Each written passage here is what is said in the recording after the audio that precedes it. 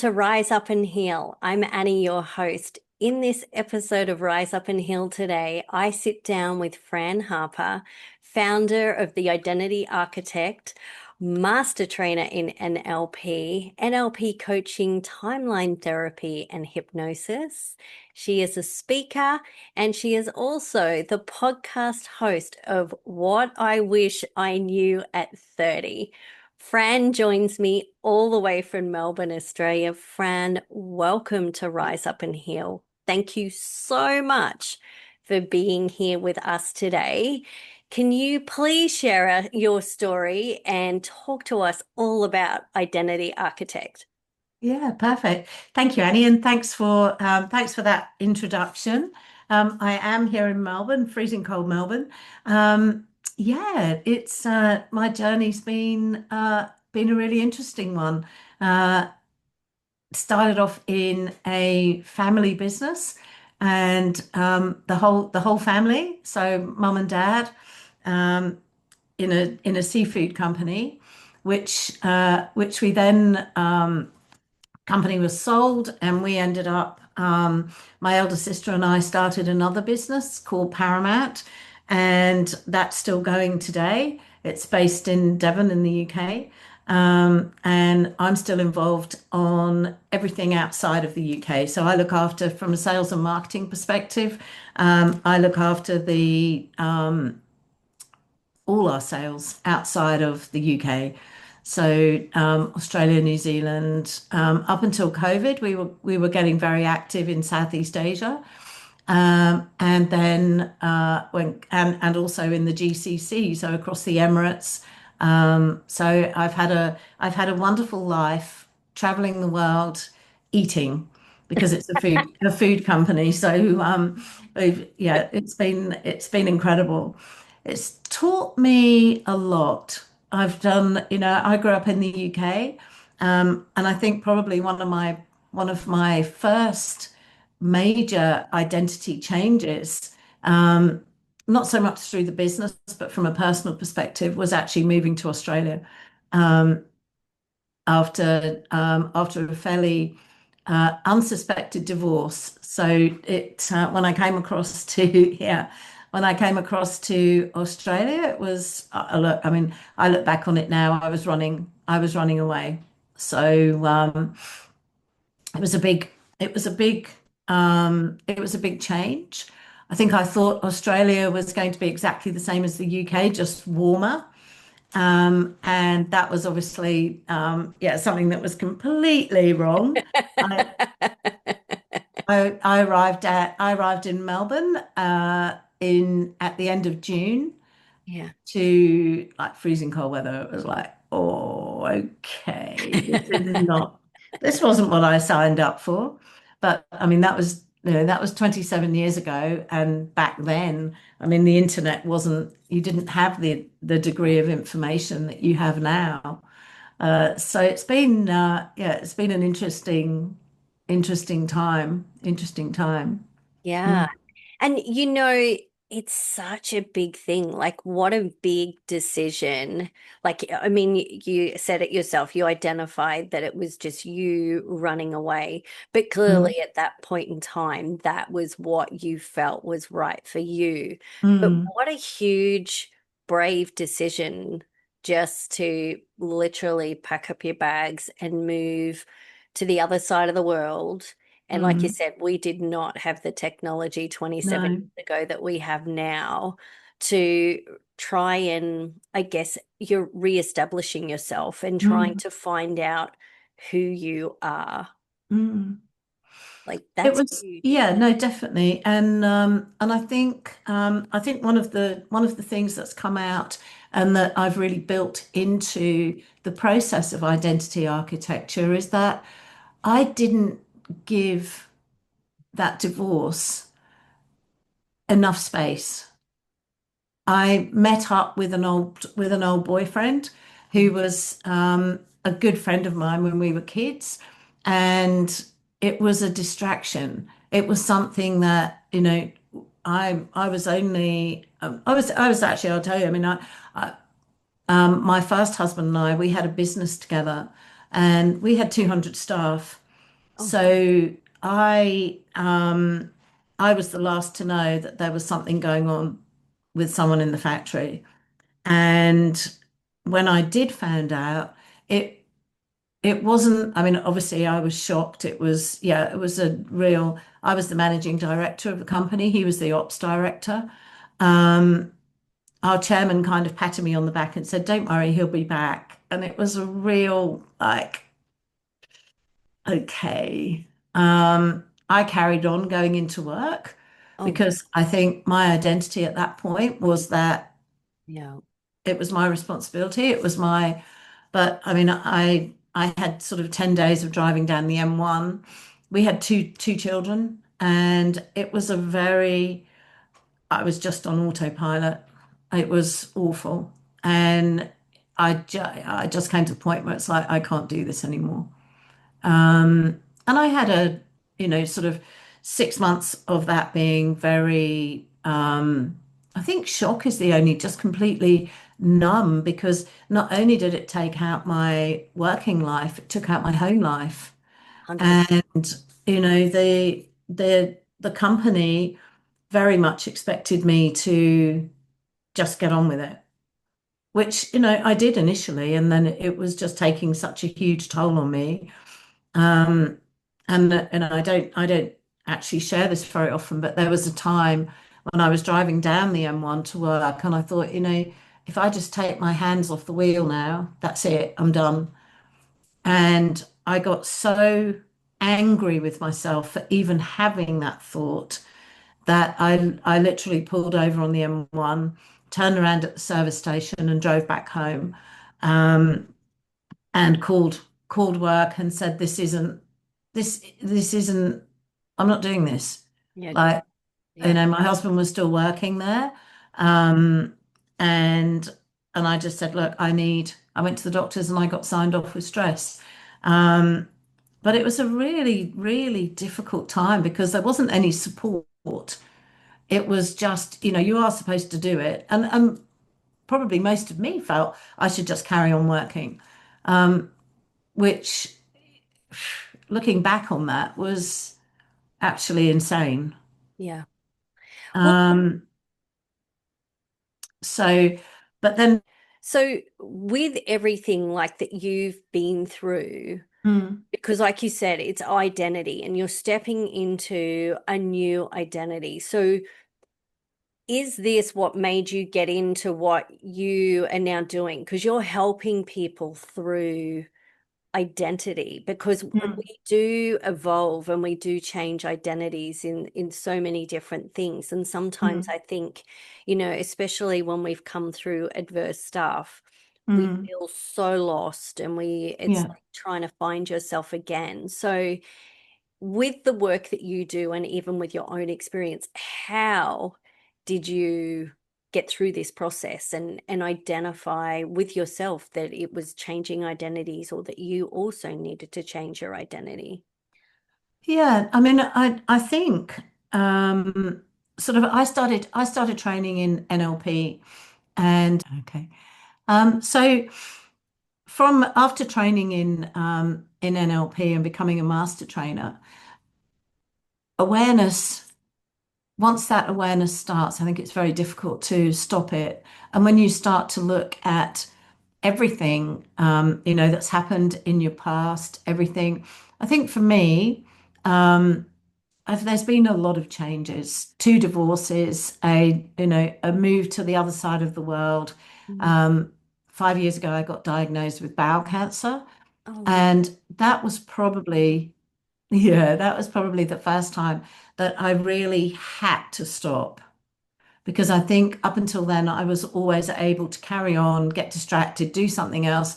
I've always been very adaptable, and because I was at the top of my game in from a sales and marketing perspective, building new marketplaces and things, it was always enjoyable. There was always a lot of stuff going on, so you just carry on and you keep going.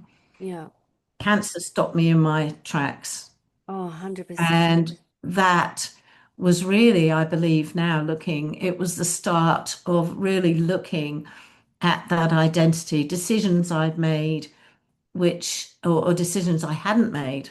And I think that really gave me the opportunity to start looking at, wow, like this has been a beautiful life. I've had an incredible life. I've traveled the world. I've really been blessed in the people that I've met and the connections that I have all across the world. But who am I? Yeah. Who am I? And when I started to ask myself that, because I really had to rebuild, having bowel cancer, I was actually diagnosed at third stage and very, very lucky to have found it because I was teaching a hypnosis session and I was doing we were doing a self-visualization and a barcode visualization where we take from the top and just allow the barcode to go down through the body to really take it to areas of healing that your unconscious mind Yeah. knows. And I had just come back from a knee operation as well, and my knee was taking a while to heal. I know why now. Yeah. Um, but so my barcode, I was hoping or actually working on taking it down to the knee and then bringing that healing energy into, anyway, it kept stopping at my hips. And I thought, oh, this is weird. And I thought, well, I'm training people, so it's like I'm not really focused on me, so I'm not worried about it.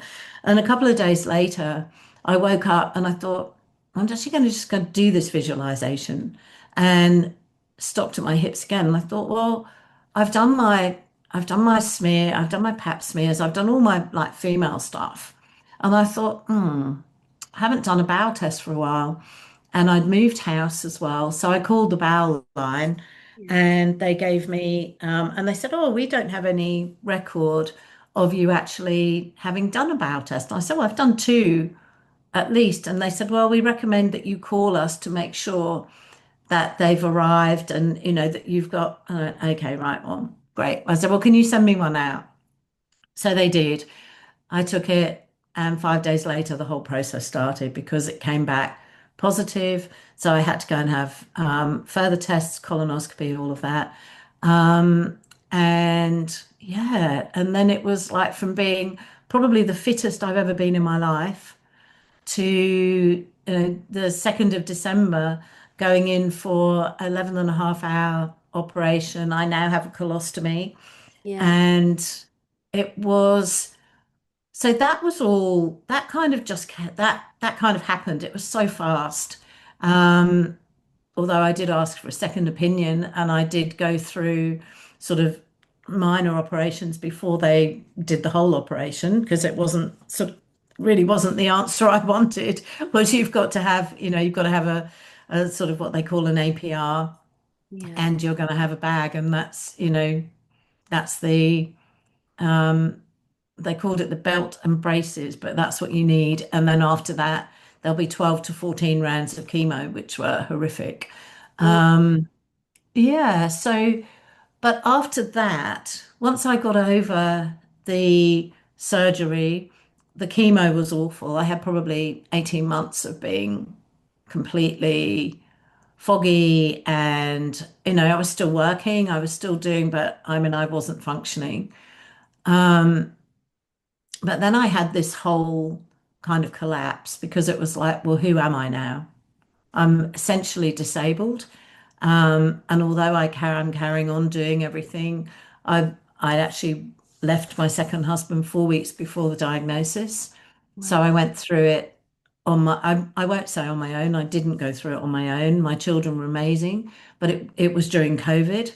So it was a pretty isolated time. And it was a time where I was facing those things at Peter Mac at the hospital, pretty much on my own with Oh, wow. my care team.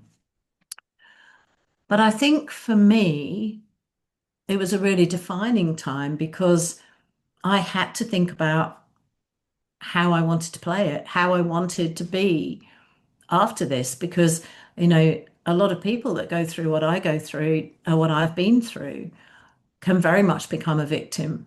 And that's never been That's never been um, an identity that I've played into, or at least I didn't think I had.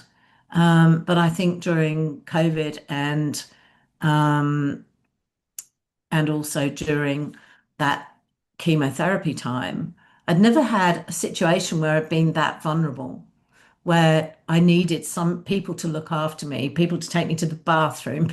I mean, it really was that bad. Um, and that was humbling, because there were people around that did that for me. Um, and I think that made me really look at everything. Who did I need to become to get through this? How was I going to play it? Was I going to get fit again? Could I even get fit again? What could I do physically? Um, so it was a real time of learning, not just mentally rebuilding, but physically rebuilding. Yeah. Um, and that I think having all of those things, but also from relationships, there were so many things that had changed, had collapsed at that point that it really gave me, in some respects, once I got over the why has this happened to me, um, it actually gave me the ability to really rebuild everything Yeah. through choice. Yeah. Yeah. And, that I felt was a really special gift. It wasn't always easy, definitely wasn't always easy. But I think, the podcast started in 24, um, and it was about helping other people to see the changes and that and that we have choice and the benefit of hindsight, and that grew into something much bigger than I thought it would. But in the background, through my journaling, through everything that helped me through rebuilding my life and really coming back an awful lot stronger, Yeah. it was really wow, this is a process.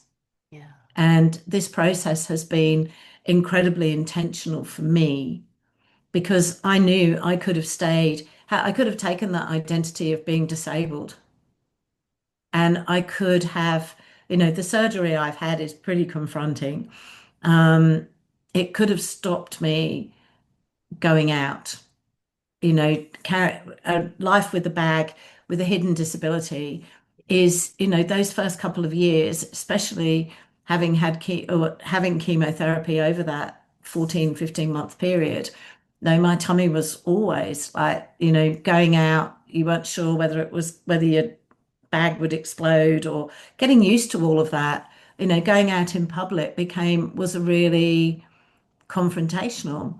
Um, and it was something I had to spend a lot of time preparing for. You couldn't go out without a change of clothes or, knowing where the disabled bathrooms were just in case you needed them. And not being aware, one thing with a bag is you don't ever know when something's going to happen. And you could eat something and it could react. So I very much had to get over my nutrition, diets, everything like that. And it's all of that is really, really confronting. Um, but we still do have choice. We have choice in what we eat. We have choice in how we exercise. Have choice in how we live life. And also, the choices of what was important to me at that time. Because I could have very much sat at home, stayed very close to a bathroom where I was comfortable, not connect with people. Um, because in some respects, that was the comfortable thing to do. It meant that I didn't have to confront the fact that, I have a disability. It wasn't something that, but I also knew that that wasn't what defined me. And when people want to talk about, I'm talked about it today. It's funny how sometimes it does come out, but generally that's not the part of me that defines me. It's not something that I normally talk about, sort of, but actually it was a pivotal time because it was the only time in my life where I'd actually stopped and had to identify who I was and how I wanted to be, how I wanted to rebuild, what I needed to become to be able to do that, Yeah, if exactly. that And makes I, sense. yeah, 100%. And I always, and I put it now with Rise Up and Heal, that healing begins the moment you choose yourself. And you, Yeah. like you said, you had this choice where it was like, well, you know what? It's comfortable for me to stay at home. But you know what? That's not how I want. That's not how I want to Mm. live. And I think, Yeah. especially when people have been through such challenging and adverse situations, it's going, okay, what now? Who Yeah. am I?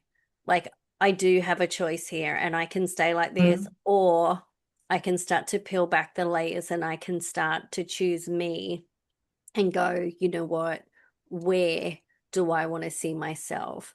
Who do I Yeah. want to become? And I think, Yeah. it's so beautiful that you have been so brave and so courageous to share not only your story, but to even honor yourself and go, you know what, there is more for me than just this. And look at you now. Here you are, this Mm. amazing identity architect, coach, NLP. You're hosting your podcast. Uh, you were a Mm. speaker on the Rewrite Your Story Summit. Like you're doing all of Mm. these incredible, amazing things because you made that choice. Yeah. And I think for me now, just, and whether I've been in business a long time, so my identity architecture takes two.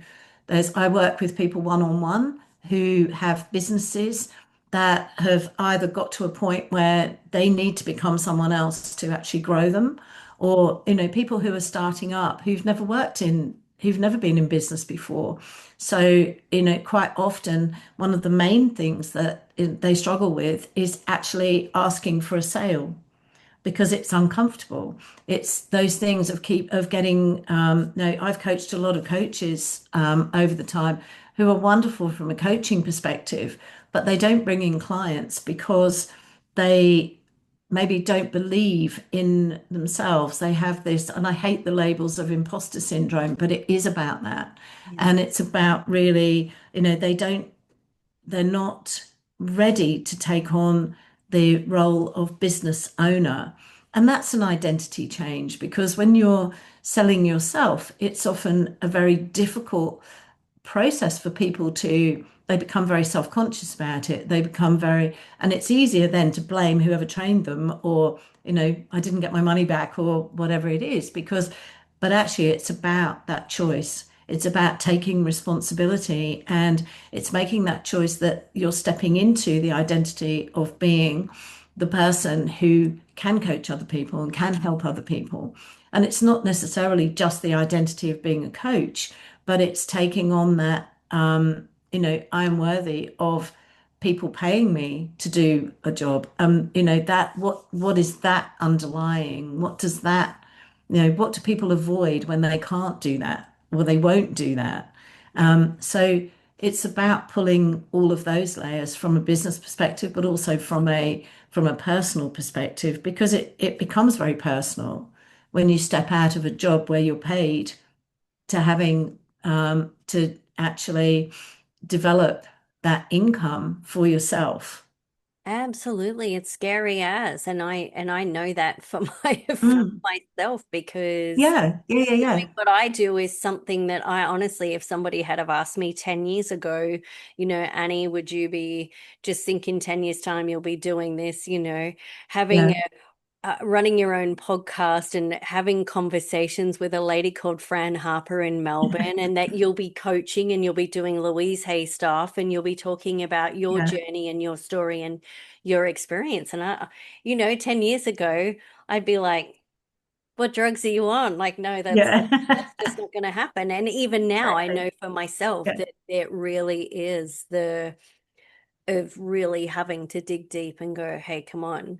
If you want yeah, to do this, this is what you want to do, then you've got to level up. And it's about yeah, asking yourself those questions. And yeah, sometimes answering those questions, it can leave you very vulnerable, but Mhm. then it also gives you that opportunity to either stay the same and stay where you are, or look at trying to move forward or to move on to whatever it is that you choose that you want to do. So Absolutely. And it is a choice. That's that's the over and also I think taking responsibility that when you've made a decision, when you've trained and you've spent money and everything else in to become trained as a coach, and you know what it is that you can help people with, yeah. it's then about and it is brave, it is courage to step into that, and actually make it happen and avoid the avoidances, because it's the avoidances where you build the next course or you do the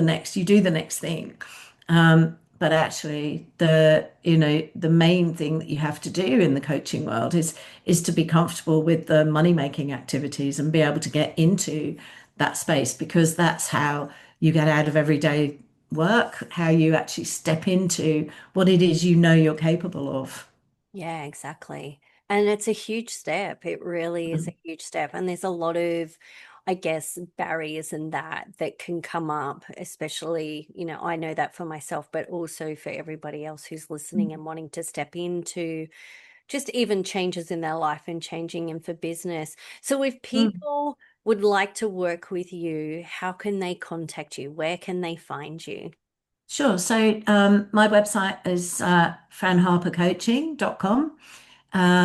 I've got my email is fran@franharpercoaching.com. Obviously, the podcast is actually the identity architect, what I wish I knew at 30. So you can find us on YouTube, Spotify, Apple. And yeah, just reach out. I'm on all social media platforms, LinkedIn, or you can call me on 0434 165 261. I answer phone calls. And I think that's a great thing. I think being able to actually pick the phone up and talk is a major skill, which I hope stays, really does stay Yeah. forever. That we don't ever just take to texting. Yeah, very true, very true. Mhm. And thank you. And I will also be putting your details in the description Thank with you. the podcast as well. And Beautiful. that way, and also on my own social media. So if people want to be able to reach out to you, that they can, because I know for a lot of people, especially when we've been through such challenging situations and Mm. life is changing, and sometimes, you know, we always think that we're going this way and somehow or another we end up going that way. So it's always nice to know that, that there are people in the world like yourself, Fran, who, I mean, who do this, who help people and help them step into where they want to go and who they want to become, and even just to discover Mm. themselves. So it's so beautiful that you do that, as well as not only that, you are this fine example of having gone through everything that you have gone through, and here you are, doing everything that you do. I love it. Thank you, Annie. I think I was born an optimist. And I just grew into the ability to understand now that we all have a choice. And there's times in our lives when we don't see that choice clearly. And being able to really define perspective and just to have somebody to soundboard and help you through that transitional space, I think is super powerful.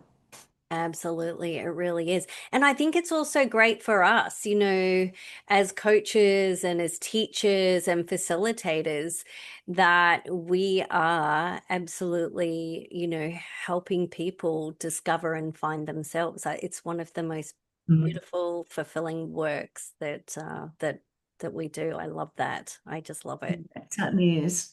Well, Fran, Certainly. thank you so, so much for being on the Rise Up and Heal podcast. I so Thank you, Annie. appreciate you sharing your story. It is so great to connect with you. And to everybody who is listening, I will absolutely be putting Fran's details up so you will be able to access Fran.